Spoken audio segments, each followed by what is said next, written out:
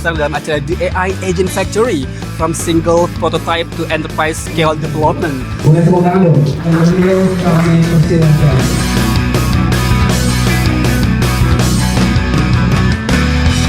This event is something that is very fun to us because we get to see the energy in Jakarta, and it is great that many companies are starting to realize that AI implementation is not just a one silo thing to focus on, but really we need to think about end-to-end transformation for the company.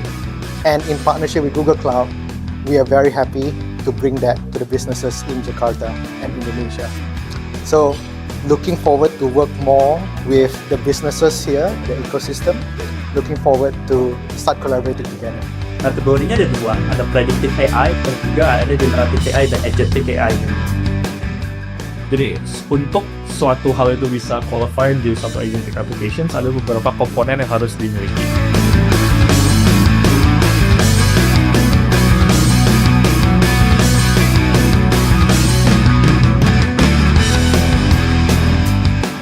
Banyak insight-insight baru yang didapat dari beberapa teknologinya dari GCP seperti Agent Kit dan MCP Toolbox yang sangat bisa berguna untuk pembuatan produk baru yang ada di Website.